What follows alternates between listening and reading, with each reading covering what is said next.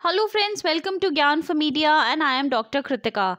Friends, in this video we'll be trying to analyze the paper 2 of UGC NET Mass Communication and Journalism जिसका paper अभी conduct हुआ है and based on the feedback of the students that I have got, we'll be trying to analyze this paper and also will try to evaluate the expected cutoff for this year's यानी कि 2021 की expected cutoff for Mass Communication and Journalism. We'll also try to understand ki what that cutoff will be, the tentative cutoff. Of course we'll be talking about that also.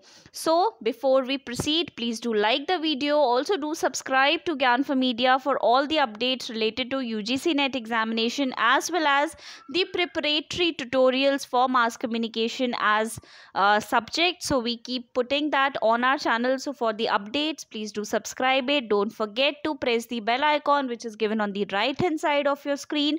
Also, do not forget to follow us on our Instagram handle and on Facebook. So let us see that how the paper came this year.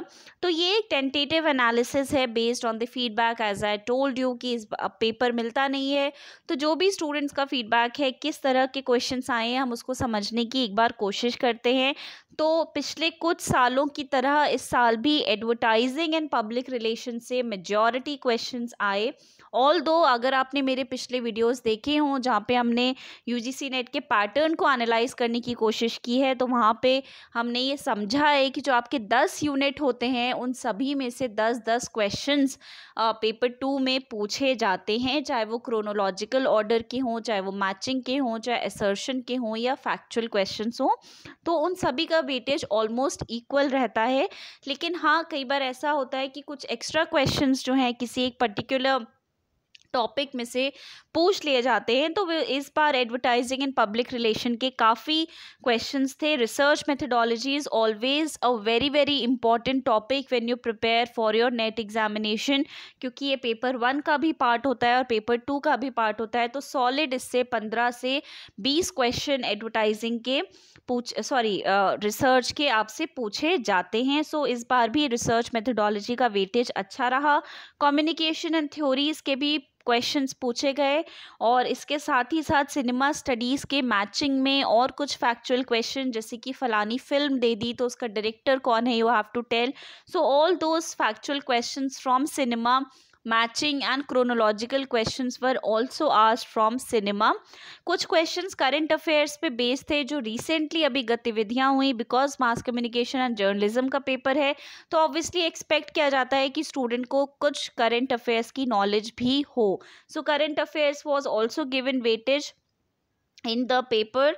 इसके अलावा ICT एक important part हो गया है, नए syllabus में included है and ICT से 10 क्वेश्चंस आते हैं. So ICT was also a part of it. और इससे क्या क्या क्वेश्चंस आते हैं, अगर आप वो जानना चाहते हैं तो please refer to my previous videos where I have told you that what all you need to prepare from each unit. So ICT से भी क्वेश्चंस थे और बेसिक्स ऑफ जर्नलिज्म से भी कुछ क्वेश्चंस थे, जैसे कि क्राइम रिपोर्टिंग क्या है या कुछ इस तरह के जो बेसिक आप लोग अपने ग्रेजुएशन जिन्होंने किया है मास कॉम से, ग्रेजुएशन में जो हम लोग पढ़ते हैं, बीट क्या है, टाइप्स ऑफ रिपोर्टिंग्स क्या हैं, उस तरह के क्वेश्चंस बेसिक्स ऑफ जर्नलिज्म से भी पूछे गए हैं.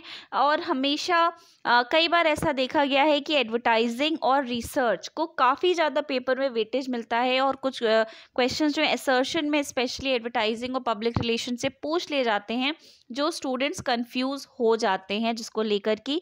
तो इस बार भी सेम ऐसा ही रहा. The difficulty level was moderate too difficult.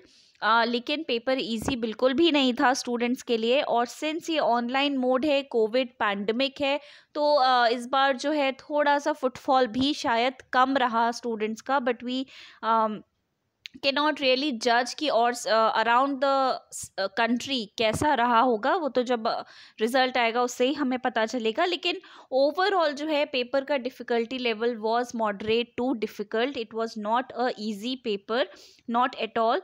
तो अगर हम लोग लास्ट ईयर की कट ऑफ की बात करें तो यहाँ पे आप अपनी स्क्रीन पे देख सकते हैं कि अनरिजर्व कैटेगरी के लिए नेट के लिए 58.67 जो है वो कट ऑफ गई थी और जेआरएफ के लिए 65.33 ही गई थी। लास्ट ईयर का पेपर भी एक डिफ़िकल्ट पेपर था, अगेन वो पैंडमिक के बीच में हुआ था and conditions were very similar just like this year. So एक पूरा साल मिला हमें प्रिपेयर करने के लिए इस साल के लिए।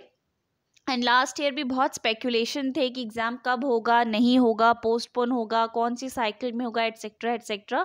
सो the situations were somewhat very similar to last year. And cut off जो है वो आप देख सकते हैं, अनरिजर्व्ड के लिए नेट के लिए 58.67 है, जेआरएफ के लिए 65.33 थी, जो काफ़ी हाई कट ऑफ गई इस बार, सॉरी लास्ट ईयर।